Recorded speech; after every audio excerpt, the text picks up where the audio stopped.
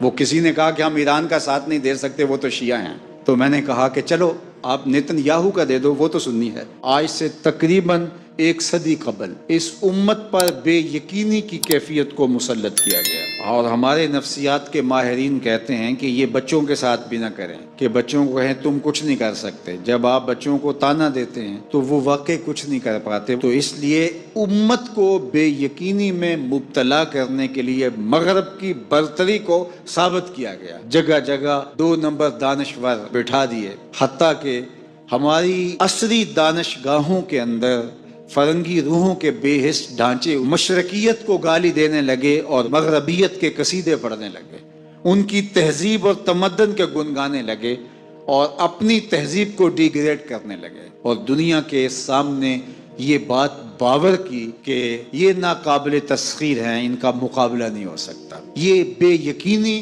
اس امت کو توڑ کے رکھ دیا۔ اقبال نے آج سے 100 سال قبل کہا تھا، سنے تہذیب حاضر کے گرفتار، غلامی سے بدتر ہے بے یقینی۔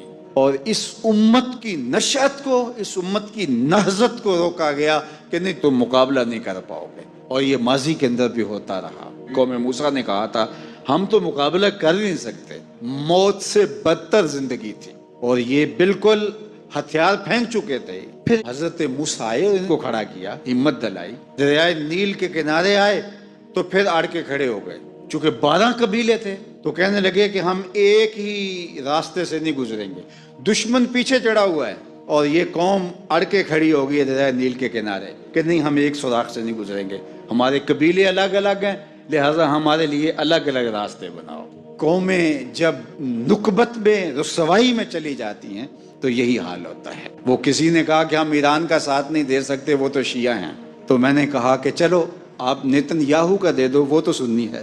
اس حالت کے اندر نیل کے کنارے کھڑے ہیں اور اب بھی کہہ رہے ہیں کہ نہیں ہم ایک گلی سے نہیں گزر سکتے۔ 12 رستے بن گئے، 12 رستوں سے 12 قبیلے گزرے۔ ادھر وہ بالکل دوسرے کنارے کے قریب پہنچ گئے، اور ادھر ان کا آخری آدمی دریا میں داخل ہو گیا۔ اب حکم ہوا دریا کو اب تو چلنا شروع ہو، اور یہ پھر پانی میں ڈوب رہے تھے، اور یہ کنارے پہ دیکھ کے اپنے قاتل کو آنکھوں سے دیکھ رہے تھے۔ بڑا لطف آتا ہے جب قاتل کو مرتے ہوئے دیکھیں۔ آج کل بڑا مزہ آ رہا ہے، آج کل بہت خوشی ہو رہی ہے۔ یہ آج ہی مجھے کسی نے بھیجا کہ اسرائیل کے وزیر ثقافت نے ایک ہاسپٹل پہ کوئی میزائل لگا ہے اور اس کی کوئی دیوار گر گئی ہے، تو اس نے کہا کہ یہ انسانیت تو نہیں ہے۔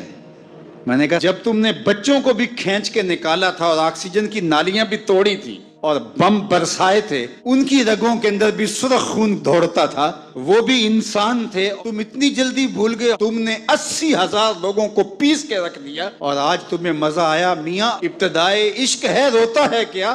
آگے آگے دیکھیے ہوتا ہے کیا؟ ابھی تو لطف آئے گا، ابھی تو تمہیں پتہ چلے گا کہ درد کیا ہوتا ہے۔ ابھی 1-2 ماہ قبل آئرن ڈوم کی کہانیاں یہ دانشور ہمیں سنا رہے تھے۔ وہ کہتے تھے وہاں چڑیا بھی اندر نہیں جا سکتی، لیکن پھر دنیا نے میزائل جاتے دیکھے، کیسا خوف زدہ کیا ہوا تھا۔ نہیں ناقابل تسخیر ہے، اس کا مقابلہ نہیں ہو سکتا۔ وہ آسمان سے اترے ہیں، کیوں ان کا مقابلہ نہیں ہو سکتا؟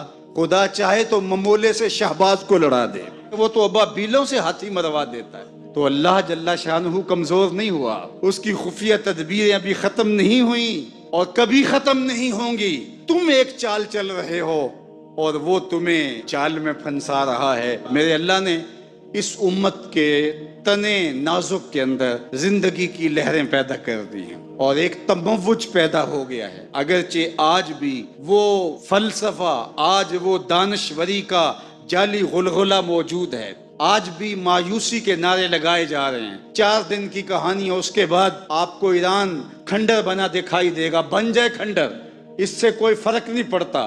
جو پیغمبروں نے جنگیں لڑی ہیں اس کے نقصان پیغمبروں نے اٹھائے، اس سے کیا ہوتا ہے؟ تم کھنڈر کی بات کرتے تو کربلا کھنڈر نہیں بنا تھا، لیکن آج جھنڈے حسین کے جھول رہے ہیں، یزید کے تو نہیں جھول رہے۔ تو یہ کھنڈر اسرائیل بننے والا ہے، اسلام کا جھنڈا اونچا ہوگا۔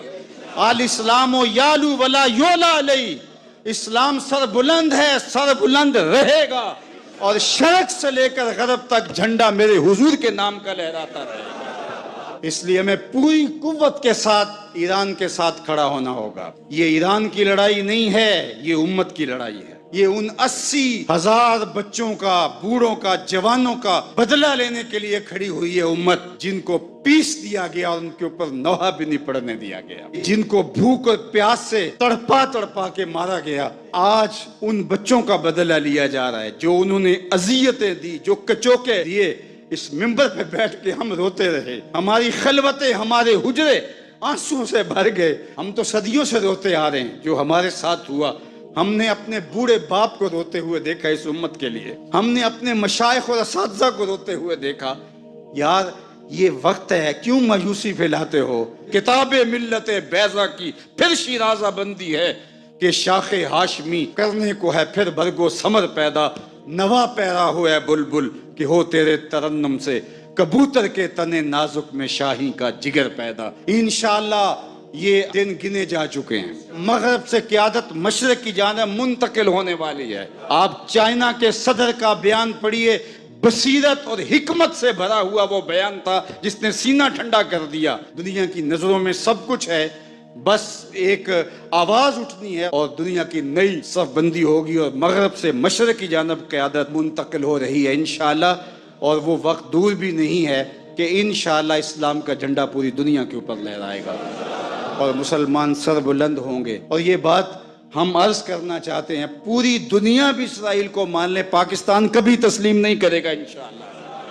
ہمارے بانی قائد اعظم محمد علی جناح نے کہا تھا کہ یہ امہ کے قلب میں گھسایا گیا خنجر ہے اور یہ مغرب کی ناجائز اولاد ہے، ناجائز ریاست ہے، کسی صورت کے اندر بھی ہم اس کو قبول نہیں کریں گے۔ آج یہ بات بھی سننے کو مل رہی ہے کہ شاید پاکستان ایران کے خلاف اپنے اڈے فراہم کر رہا ہے، ایسا کبھی نہیں ہوگا، یہ سوائے افواہ کی اور کچھ نہیں ہے۔ اللہ نے ہمیں یہ پچھلے دن جو عزت دی، جو وقار دیا انڈیا کے خلاف، ہم نے ناکوں چنے چبوائے ان کو، تو کیا ہم اس عزت کو خاک میں اپنے ہاتھوں سے ملا دیں گے؟ ہم اتنے گرے ہوئے ہیں کہ اپنے ہمسائے ملک کے مقابلے کے اندر ہم اڈے فراہم کر دیں گے؟ کیا ہماری غیرت اتنی بھی نہیں ہے؟ کبھی نہیں ہوگا انشاءاللہ۔ ہم ایران کے ساتھ کھڑے ہوں گے۔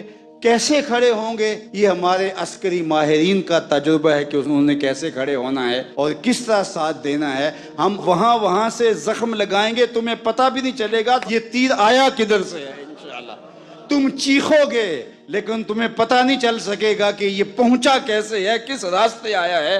انشاءاللہ اب تمہارے رونے چیخنے کا دور شروع ہوا اور انشاءاللہ بیت المقدس ان قریب ایسے مرحلے میں پہنچے گا کہ ہم یہاں کہہ رہے ہوں گے کہ ہم بیت المقدس کے راستے مدینے جا رہے ہیں۔ انشاءاللہ بیت المقدس آزاد ہوگا اور ہم ایسے حج عمرے کریں گے کہ اللہ کے ایک گھر سے احرام باندھیں گے اور دوسرے گھر میں جا کے عمرہ کر کے اور حج کر کے کھولیں گے انشاءاللہ العزیز۔ وہ وقت جلد یا بدیر آنے والا ہے جو کہ الحق کو یالو ولا یولا الیہ، حق ہی سر بلند ہوگا، جلد یا بدیر اسلام نے ہی غالب آنا ہے اور انشاءاللہ وہ آ کے رہے گا۔